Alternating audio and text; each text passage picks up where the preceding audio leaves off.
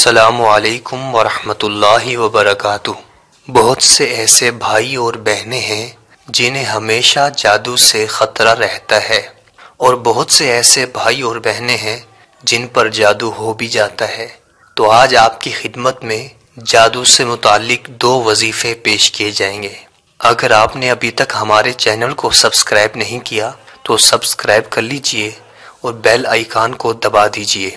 جس بھائی یا بہن کو جادو سے خطرہ رہتا ہو اور وہ جادو سے بچنا چاہتے ہوں تو وہ صبح اور شام قرآن مجید کی آخری 2 صورتیں سورۃ الفلق اور سورۃ الناس پڑھ کر ہاتھ پر پھونک مار لیں، پھر دونوں ہاتھوں کو پورے جسم پر پھیر لیں۔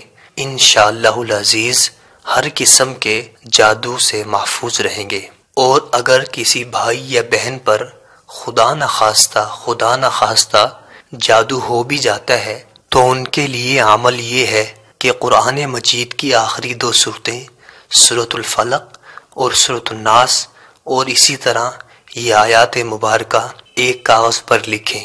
بسم اللہ الرحمن الرحیم، قل اعوذ برب الفلق من شر ما خلق ومن شر غاسق اذا وقب ومن شر النفاثات فی العقد ومن شر حاسد اذا حسد۔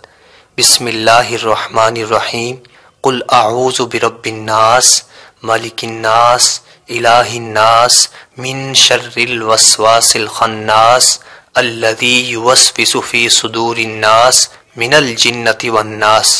فلما القوا قال موسیٰ ما جئتم بالسحر ان اللہ سیبطلہ ان اللہ لا یصلح عمل المفسدین وَيُحِقُّ اللَّهُ الْحَقَّ بِكَلِمَاتِهِ وَلَوْ كَرِهَ الْمُجْرِمُونَ۔ تو آخری 2 صورتوں کو اور ان آیات مبارکہ کو ایک کاغذ پر لکھ لیں اور پھر ایک بوتل میں پانی بھر لیں اور اس کاغذ کو اس پانی میں ڈال دیں۔ پھر وہ پانی اس مریض کو تھوڑا تھوڑا کر کے 1 ہفتے تک پلائیں۔